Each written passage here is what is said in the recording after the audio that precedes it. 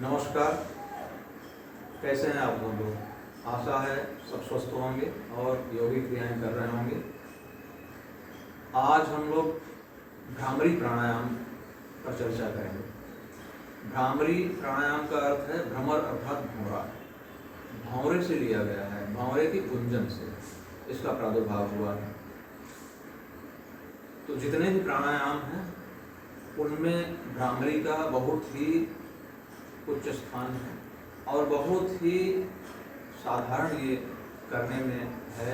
ये योग क्रिया, ये प्राणायाम, इसमें ज़्यादा मेहनत करने की जरूरत नहीं है। लेकिन हाँ, मैं बार बार बताता हूँ कि कोई भी प्राणायाम करिए या कोई भी योगिक क्रियाएं कर रहे हैं, आप कोई भी आसन कर रहे हैं, सूक्ष्म व्यायाम जरूर करना चाहिए, उसके बाद करना चाहिए। और उषा काल का समय होना चाहिए, अर्थात सुबह का समय, जब सूर्योदय हो रहा है या सूर्योदय से आधा घंटा पहले, सुबह 5 बजे 5:30 बजे करिए। दूसरा चीज़ कि इस भ्रामरी प्राणायाम जो आज हम चर्चा करेंगे जिसके ऊपर, उसमें एक चीज़ है, इसको कहा गया है या तो उषा काल जो सुबह का समय है, भोर का समय, या तो मध्य रात्रि में। क्यों, ऐसा क्यों है, इसके बारे में हम चर्चा करते रहेंगे बीच बीच में और बताता रहूँगा। आइए, इसके तरीके क्या हैं, कितने तरीके से किया जा सकता है। ये 3 तरीके से किया जा सकता है। पहला कि कानों में सीधा सिद्धासन या पद्मासन या सिद्धियोनासन में बैठना है और तर्जनी या मध्यमा अंगुली को कानों में डालना है, कानों को बंद कर लेना है और ओम का उच्चारण करिए। या तो ओम का नहीं करते हैं तो जैसे भौरा देखते हैं, भौरा या मधुमक्खी ऐसे आवाज़ निकालती है, तो क्रमबद्ध लयबद्ध होना चाहिए, बीच में टूटना नहीं चाहिए। स्वर एकदम हल्का होना चाहिए, धीमा होना चाहिए, लेकिन गंभीर होना चाहिए, लंबा होना चाहिए। तो अब मैं वो तरीका बताऊंगा, 3 तरीके से बताऊंगा। एक तो साधारण, एक नादानुसंधान बोलते हैं जो उकड़ू बैठ के करते हैं। तीसरा है जो कि अंगुलियों को और अंगूठों की सहायता, अंगूठे की सहायता से किया जाएगा और उस पर आँखों को बंद करना, आज्ञा चक्र पर अंगुली रखना, वो मैं बताता रहूँ, डिस्क्राइब करता रहूँगा। आप लोगों को बीच बीच में इसके लाभ और इसके अन्य तरीके बताता रहूँगा। जैसे उच्च अभ्यास में जाएंगे तो बंधों के साथ भी किया जाता है, मूलबंध और जलंधर बंध के साथ किया जाता है, लेकिन पहले हम यही देखेंगे कि इसका साधारण रूप क्या है। तो देखिए, पद्मासन, मैं पद्मासन में आप लोगों को बता दूं, पद्मासन में बैठना है। पद्मासन बैठ जाइए या अर्ध पद्मासन, इसको अर्ध पद्मासन बोलते हैं, या सिद्ध आसन जो कि सिवनी नाड़ी के पास एड़ी लगाना चाहिए और इस तरह से। लेकिन मैं बोलता हूँ कि आपको कुछ देर बैठना है। अगर आपको घुटनों में दर्द हो रहा है, कंधों में दर्द हो रहा है, तो सुखासन, पलथी मार के बैठ जाइए सुखासन में। मेर जो रीढ़ है वो हमारी सीधी होनी चाहिए, गर्दन सीधा होना चाहिए। ध्यान, हर समय ध्यान ये देना है कि मुझे लाभ हो रहा है। किस तरह का आसन आप कर रहे हैं, किस तरह का प्राणायाम कर रहे हैं, कौन सी क्रिया कर रहे हैं, उस क्रिया से संबंधित जगह पर ही ध्यान को रखना है, तो आपको ज़्यादा लाभ होगा। तो चलिए, पहले तरीके से, जो पहला तरीका है इसका प्रकारांतर 1, प्रकारांतर 1 कहते हैं जिसको, उसमें करना क्या है, आप सुखासन में बैठ जाइए। सांस जितना भर सकते हैं, जितना पूरक कर सकते हैं करिए। कुंभक करने की जरूरत नहीं है शुरू में, बाद में इसको जब आप आगे बढ़ जाएं, आपकी आदत पड़ जाए, जब उच्च अभ्यास की तरफ बढ़ें, तब कुंभक के साथ भी करिए, लेकिन पूरक करिए। अब देखिए, मैं तरीका बता रहा हूँ। साधारण तरीका है, दोनों तर्जनी इस तरह से मुट्ठी बांध लीजिए, दोनों तर्जनी से दोनों कानों को बंद करिए। बहुत तेज नहीं बंद करना है, आराम से, बिल्कुल बाहरी आवाज़ आपके अंदर कानों में नहीं जानी चाहिए, बस। उसके बाद सांस लीजिए, या तो आपको सुविधा अनुसार दोनों मध्यमा अंगुलियों से इस तरह से बंद करिए और कानों में रखिए, हल्का, बिल्कुल बाहरी आवाज़ मुझे नहीं आ रही, कोई भी अगर कहीं चहल पहल है तो सुनाई नहीं पड़ रही, और सांस पूरा भरिए। देखिए, मैं ये तो कान बंद करके तरीका बताया और मैं करके बताता हूँ। मैं तर्जनी अंगुली से करता हूँ।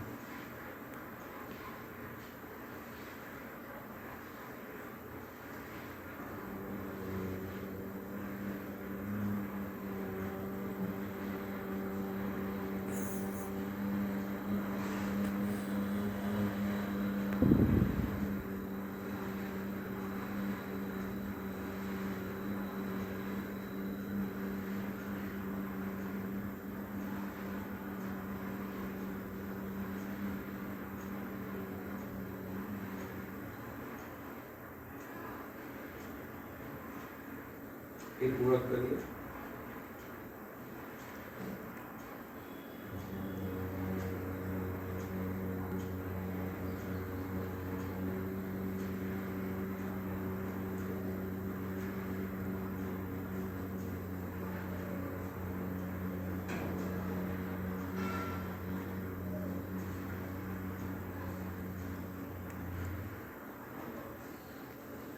ये प्रकारांतर गुण हुआ पहला टाइप, फर्स्ट टाइप। इसको बोलना साधारण है बिल्कुल।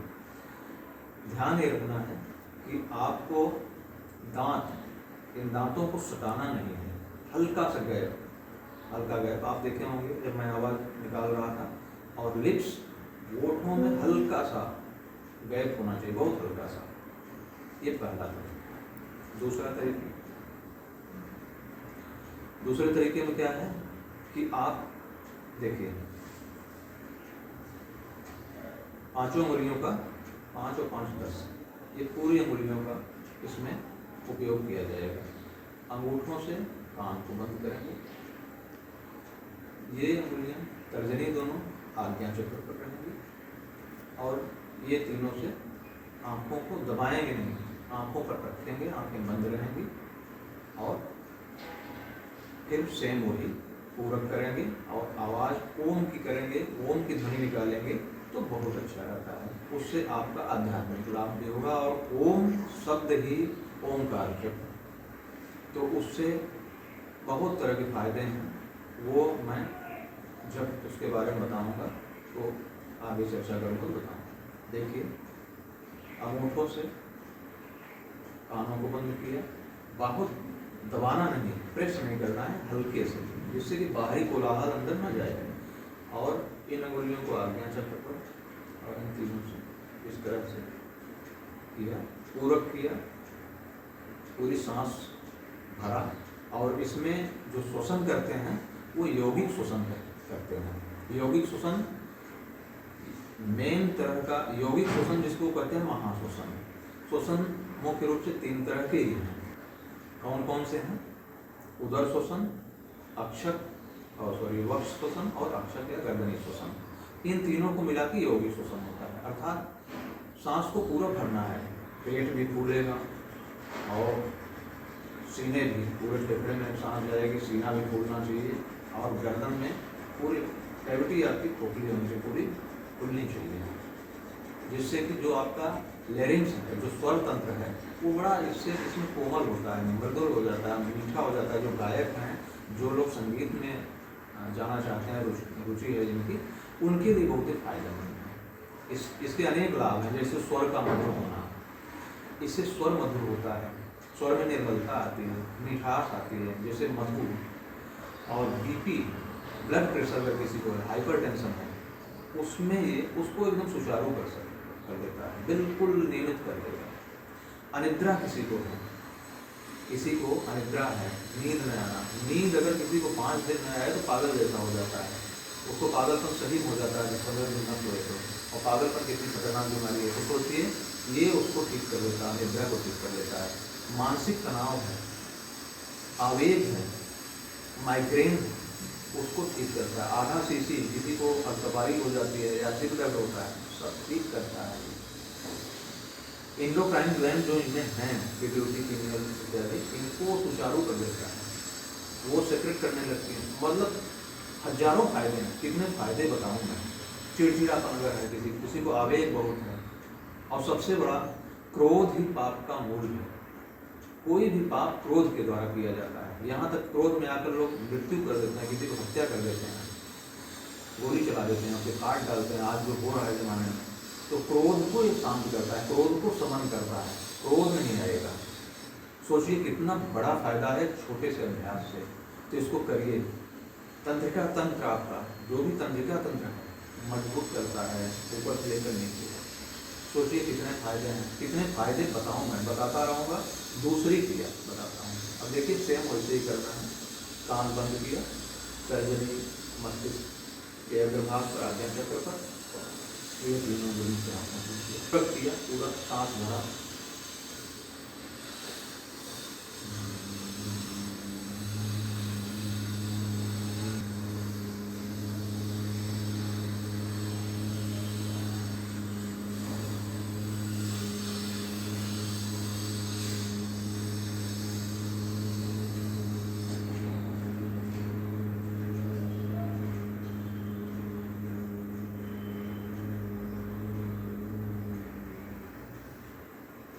सांस कितना भर सकते हैं, ज़्यादा से ज़्यादा सांस भरिए और प्रेशर मत दीजिए। स्वाभाविक रूप से जितना सांस भर सकते हैं फेफड़े में उतना भरिए, आपके फेफड़े मजबूत होंगे और एक्सपेंड करेंगे। एक्सपेंशन होगा तो ज़्यादा ऑक्सीजन आएगी, ज़्यादा ऑक्सीजन आएगी तो ज़्यादा ब्लड प्यूरिफिकेशन होगा, उतने ही आप स्वस्थ होंगे। दुनिया भर के फायदे हैं। तो इसको एक बार और करके बताता हूँ, देखिए। कानों को ऊपर से बंद कीजिए, आज्ञा चक्र पर तर्जनी और आँखों के ऊपर।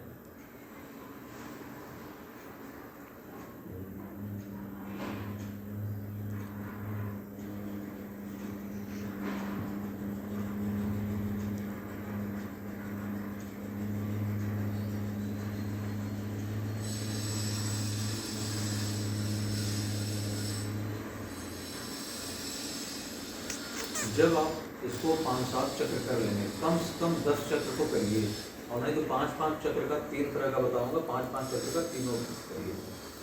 तो उन तीनों को जब करेंगे, करने के बाद डायरेक्ट आंखें खोल नहीं लेनी है, सीधा नहीं खोल देना, आंखों को बंद किए। जब हाथों को हटाए तो हथेलियों को रगड़िए, इसमें ऊर्जा उत्पन्न हो जाएगी, गर्म हो जाएंगे। उसके बाद आंखों की सफाई करिए, चेहरे की सफाई करिए 3 बार। उसके बाद धीरे धीरे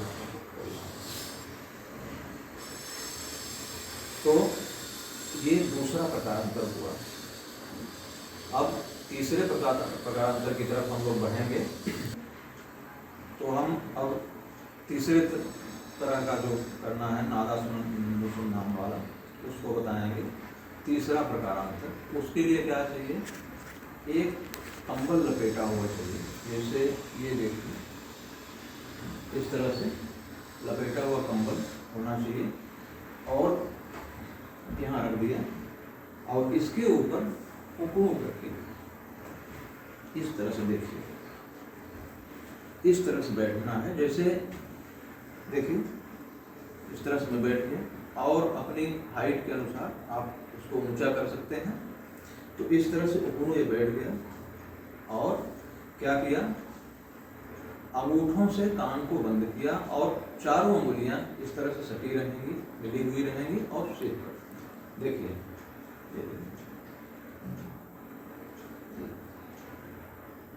इस तरह से। और सेम कार्रवाई करनी है, सेम पेट पूरा फूलना चाहिए, पूरे वक्ष में सांस भरनी चाहिए, पूरे फेफड़े भरने चाहिए सांस से, और ओम का देखो।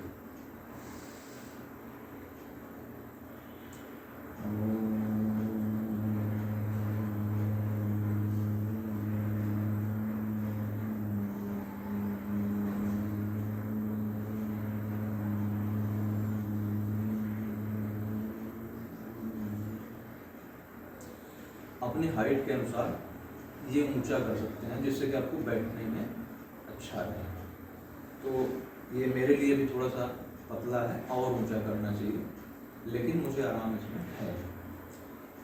फिर दोबारा बता रहा हूँ, अंगूठों से कानों को बंद करना है, चारों उंगलियां सिर पर रहेंगी, दबाना नहीं है, प्रेस नहीं करना है, रखना है, हल्का सा प्रेशर देना है। देखिए, पूरा सांस में पूरा अंदर किया, पूरा किया, और ये ओम का जाप करोगा, या भौरी की आवाज निकालो।